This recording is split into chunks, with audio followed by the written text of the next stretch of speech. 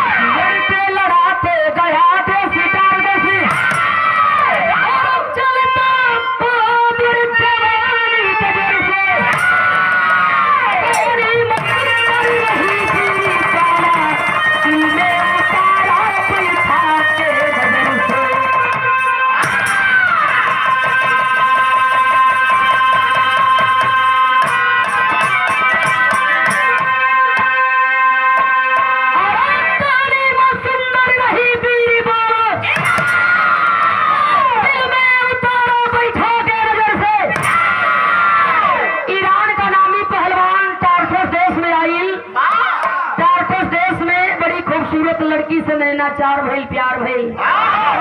निम्मन चीज के निकना लगी। चाहे बढ़िया बाजार का फल होखे, चाहे सब्जी होखे, चाहे कपड़ा होखे, खूबसूरती सबके पसंद बा।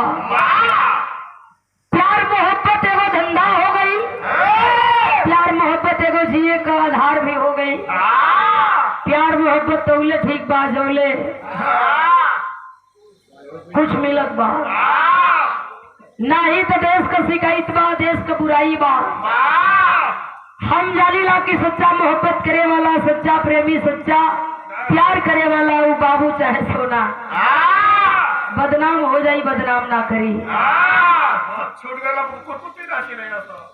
आज ईरान का नामी पहलवान तहरीमा नाम की लड़की से नैना चार कैला प्यार कैला। चोरी चुप्पे दोनों को मुलाकात जारी बा। एक दिन अचानक बिछड़े को आ गई बात। रुस्तम पहलवान जाके तहरीमा के समझावे कहे हम ईरान जाई, लोग हमारे इंतजार करत हुई हन। बिरहा में गजल बा।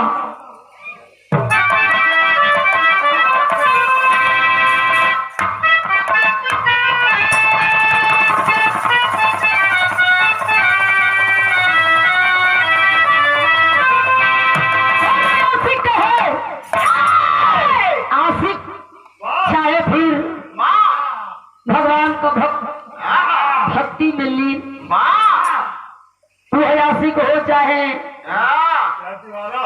दीवाना हो, चाहे दारू पीने वाला हो, दारूबाज हो,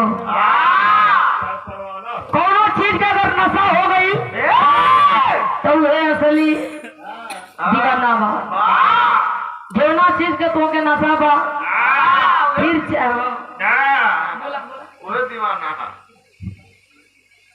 चाहे फिर दारू का नशा होखे, चाहे दूसरा का चोरी डकैती कैले का नशा होखे, चाहे मेहरारू का नशा होखे, फिर चाहे दूसरा का दिन रात बुराई बतियौले का नशा होखे। जौले 2-4 जगह फोन करके शिकायत में करी तौले ओकर खाना ना पची। कुछ लोग ऐसनो होवन, लेकिन वो आशिक कैसन बा बतावल गई।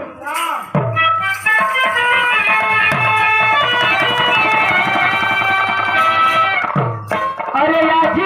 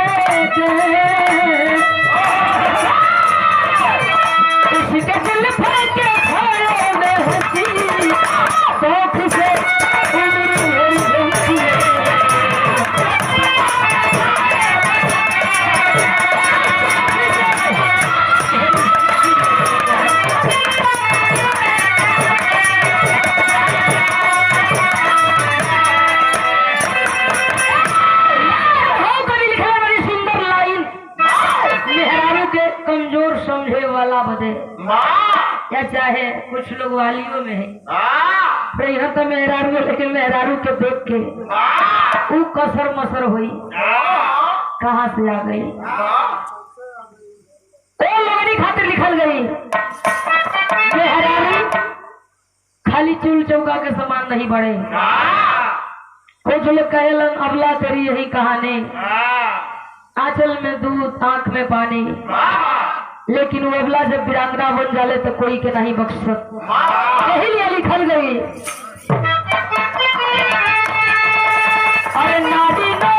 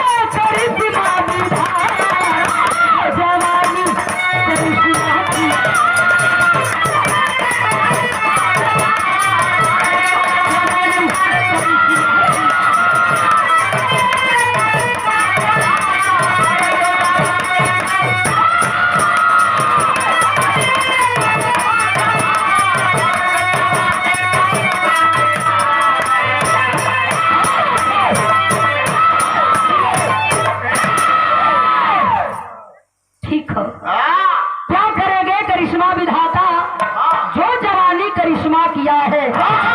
जवानी का हो बड़े बड़े लोग ये करे तोरे आके बीच के पोरा हो गई ना तब के मर गई जेल में गई यो सही है। तानीमा हाथ जोड़ला साहब जात हुआ तानीमा कहे लगल साहब हमरे तोरे प्यार के निशानी हमरे पेट में बलत बा। हिम्मत ना भइल आज न बतौती तो शायद कबो तो से ना बता पाती। रुस्तम हंसे लगलन ठीक बा कोनो बात नहीं हमें इतराज ना बा कि हमरे तोरे प्यार के निशानी तोरे पेट में बलत बा। तानीमा बेटी बन के हमारा तुम्हारा प्यार इस दुनिया में आए जवान करके डोली में बैठा के उसको विदा कर देना। हमारा तुम्हारा प्यार अगर बेटा बनकर आ जाए तो यह ताबीज में दे रहा उसके दाहिने बाजू में बांधना उसको बताना कि वो मेरा बेटा मेरा खून है। तनीमा बड़ा खुश भइल ठीक बा साहब जल्दी आवे की कोशिश की जाई। ईरान चला गया रुस्तम पहलवान बात को भुला दिया कि किसी लड़की से हम कभी प्यार भी किए थे। तनीमा अंगुरी पर 3 गिने 4 लाइन जोहरी कभी के लिखे के पड़ल।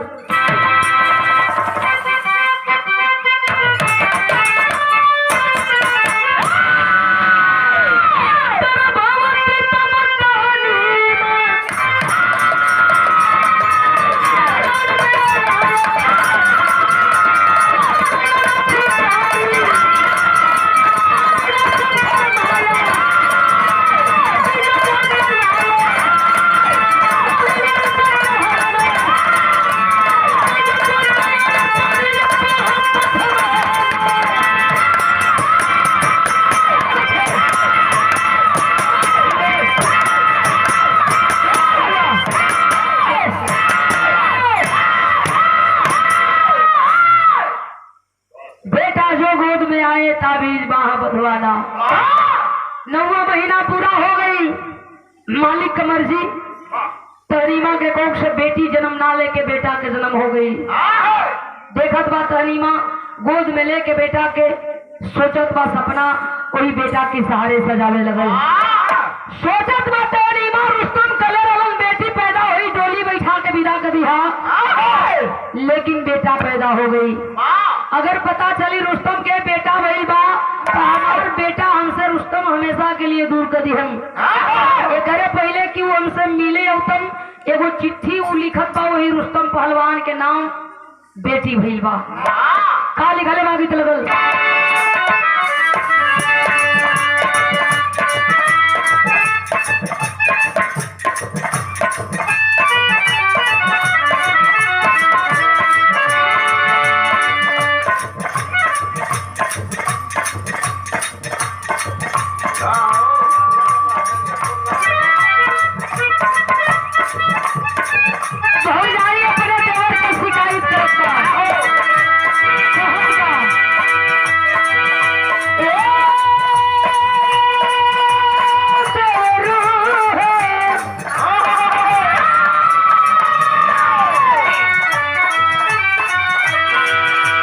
सुना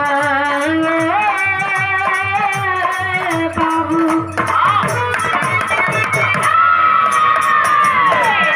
मैं बोला कि सगरी हमारे में लाउंज में कपड़ा बिगाड़ देगा कहत ला कि हम बड़ा नाराज बानी का कहे ना तुझे कि में जाने कवनी चूक हो गई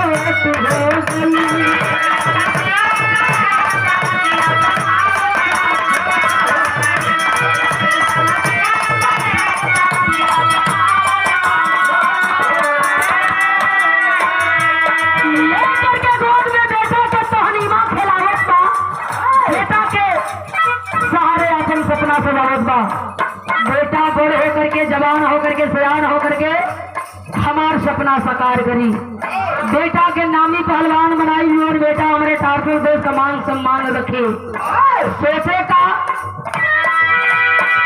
लागल बदरा बारिश भी तक काली हो गई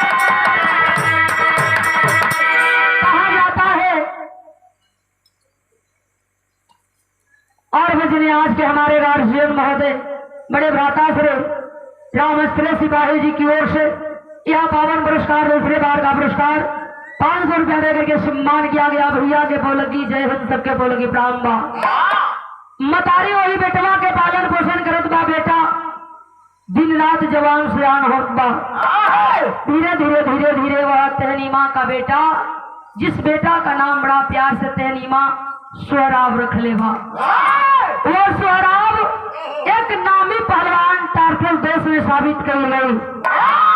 टारफल देश का मान सम्मान बचावे खातिर अब तहनीमा का बेटा काफी बा बाकी पहलवान के जरूरत भी ना बा।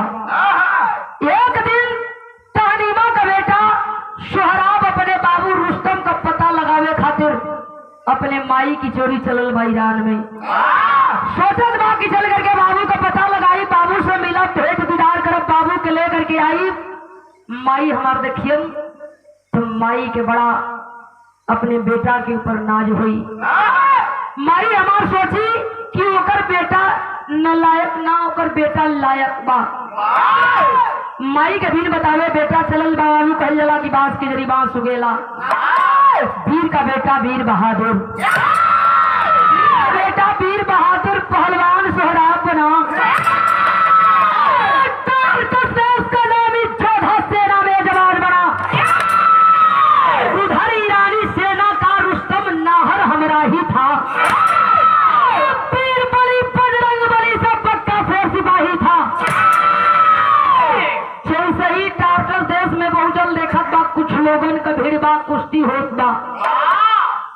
जौन काम से जो जुड़ल रहेला, चाहे वो कीर्तन भजन वाला हो, चाहे शिव चर्चा वाला हो, चाहे निरंकारी मिशन वाला हो, जहाँ जोड़ी झाम बज गई तो मन 1 मिनट रुक जाइए, जाके बैठ के अपन हाथ साफ कर लिया, अपन वही में हरे राम खा लिया, ओकरे बाद घरे जइहा।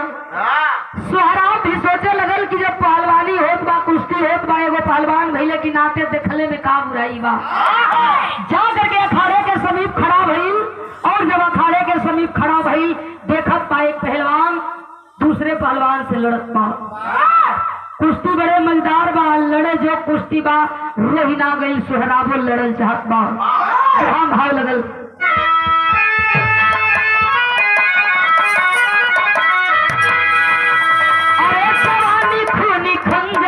चढ़ी, जवानी खूनी खंजर पर चढ़ी, कुश्ती करी फैसला के कर कितना पानी, कुश्ती करी फैसला के कर कितना पानी, जवानी खूनी खंजर पर चढ़ी, जाके अखाड़े में ललकारे लगल। हमहू एक हाथ लड़ल चाहत बाड़े, केहू हाथ मिलाई, ओके का पता बा कि कैसे हम हाथ मिलावत बानी। निगोटा कस के सोहराब उतर गई अखाड़े में, जाके पहलवान से हाथ मिला लेलस। रुस्तम पहलवान समझावत बा सोहराब पहलवान के, रे बेटा मेरी बात मान, यह कुश्ती है मजाक ना, यहाँ पबजी ना खेले के हम, जान बचावे को हो तो यहाँ से चल जो, नहीं तेरे माई बाबू के बड़ा पछताए के हुई। बेटा भी कौन वैसन तैसन बाप का खून ना गरम हो गई, डांटे लगल सुना, हम लड़े आई ले अखाड़े में पछाड़ देबा, हार मानव चली जाई, बाकी करे पहले अंदाजा मत लगावा कि हम एकदम कायर रही। दोनों पहलवान हाथ मिलौलन, रेफरी का सीटी बजल हो, यहाँ बड़ी पुरान गीत लगल।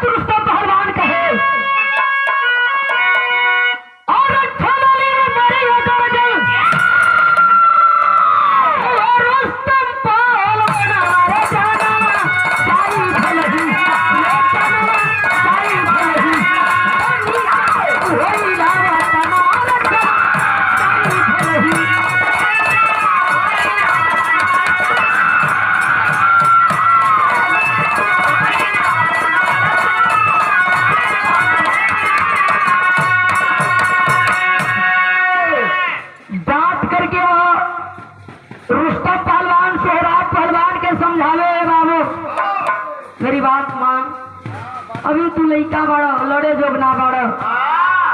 रुस्तम पहलवान हसत बा, ओके अपने आप पर घमंड बा, ओके मालूम बा कि आज ले हमके केहू ना पछाड़ल, हमसे लड़े वाला ढेरालन, लेकिन सोहराब हिम्मत अपन ना हारल। एक खातिर हिम्मत ना हारे के चाही, लोग कहावत कहलन कि जो डर गया वो मर गया, और जो मरने के लिए तैयार है तो वह कभी मरेगा नहीं, वही विजयी होगा। पहलवान अखाड़े का लतियावल 1 नंबर का होला, पहलवान वह नामी होला जो अखाड़े का लतियावल होला। और घमंड कौना बात का, जिंदगी झंड बात घमंड जाए के सबके बा का बा 5 किलो गेहूं 5 किलो चावल, का चीज का घमंड बा? समय केहू के बख्शल ना, और समय से कोई बलवान भी ना बा। हाथ मिला ले लो, और रुस्तम सोहराब पहलवान के हाथ में तनी मजगरे हाथ पकड़ा गई, और जब सोहराब के हाथ में रुस्तम का हाथ पकड़ा गई तो खींचे लगल अपनी ओर। कैसे?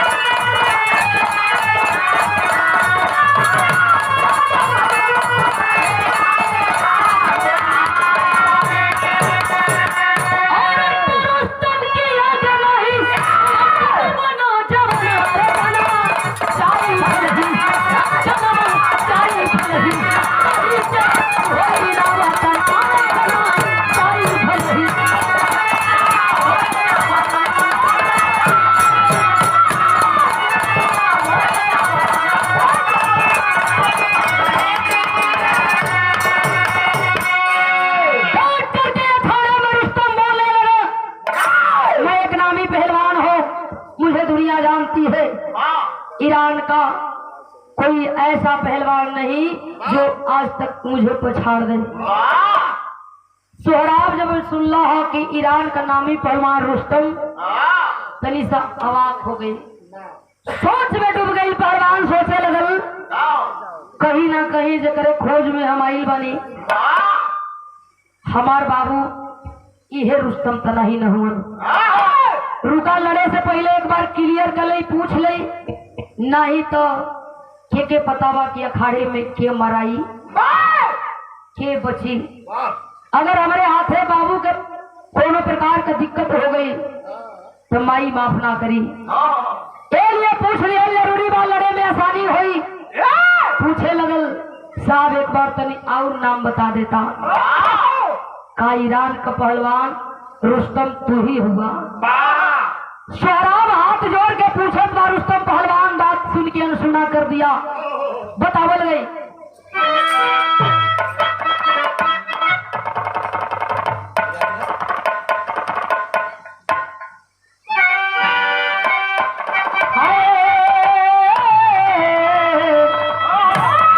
अरे बोलली बा, बोलली बेरुआ,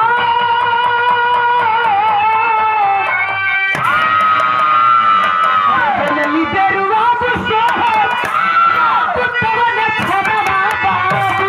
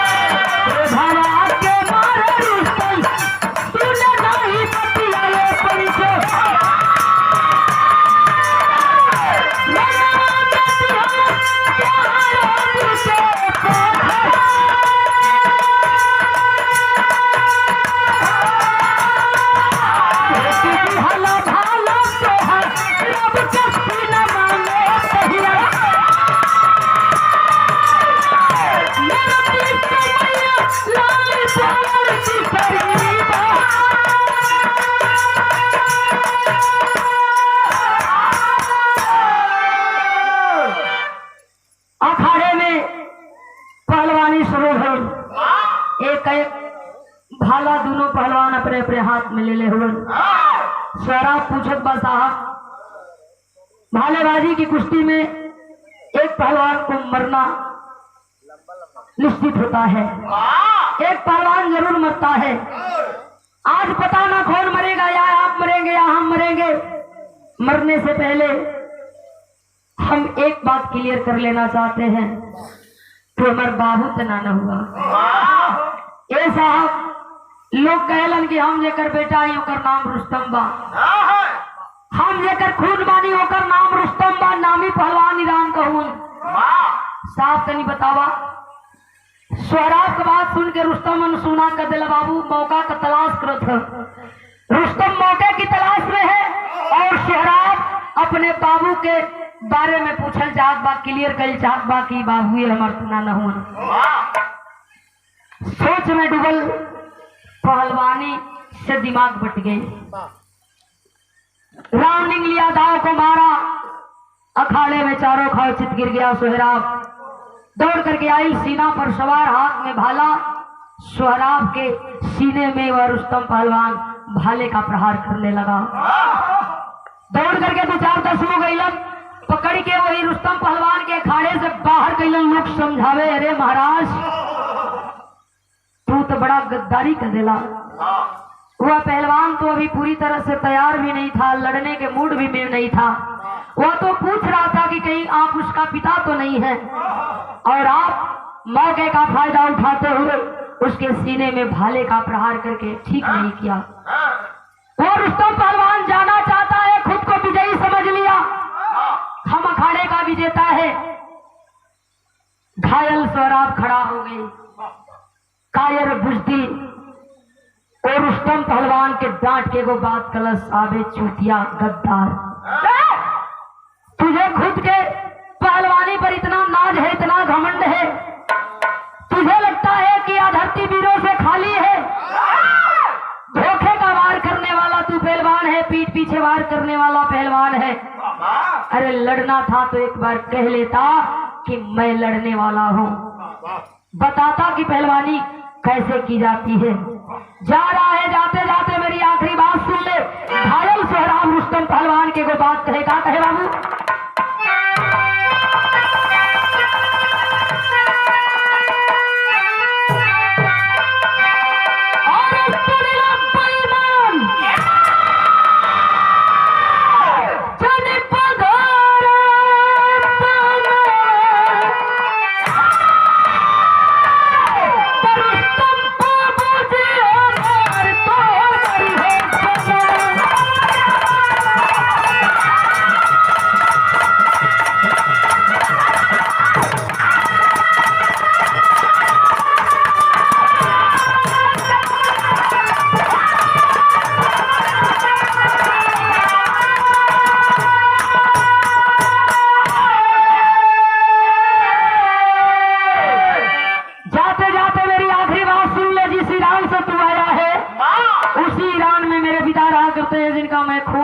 बेटा हो। जिस दिन हमारे पिता को पता चल गया कि उनके बेटे का हत्यारा तू है, जीना हराम हो जाएगा। बर्दाश्त ना भइल, रुस्तम पहलवान आई लोगन के ढकेलत सिरहा में बैठ गई, जोर जोर से हंसने लगा। हर मरने वाला व्यक्ति अनाप शनाप बकता है, तू भी मरने वाला है, इसीलिए बार बार रुस्तम रुस्तम का रट लगा रहा है।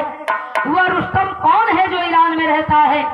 कब से कह रहा हूँ, ईरान का इकलौता पहलवान मैं हूँ, मेरा नाम रुस्तम है। चल बाप का नाम तो बता दिया, अब माँ का भी नाम बता दे।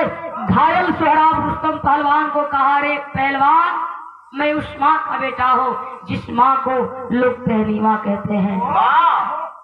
तहनीमा रहने वाला कहा कि टार्कस देश से आया हो।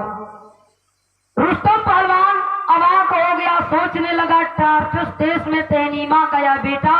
तहनीमा तो चिट्ठी में लिखी थी कि बेटी हुई है, कहीं उसी तहनीमा का बेटा, हमारा और तहनीमा का प्यार, यह रुस्तम सोहराब तो नहीं है। नजर पड़ल ही दाहिने बाजू पर देखत बा, करिया कपड़ा में एक ताबीज बदल तोड़ के करिया कपड़ा से ताबीज के बाहर के तामा का ताबीज पर लिखल बा रुस्तम पहलवान।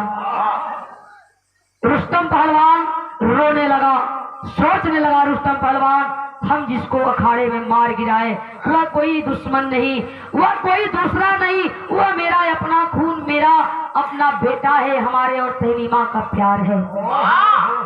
सीना से भाला निकाल के अखाड़े में फेंक करके वह रुस्तम पहलवान छाती से लगा के सोहराब के रोवे लगल। जितना लोग जात बड़ा ना के सवाल करे, अरे साहब दुश्मन के गोद में लेके रोला का कारण, हाथ जोड़ के वह रुस्तम सबसे एक बात कहे, क्या कहे? अरे खोल गई भेद, रुस्तम रोवे बिल खाई,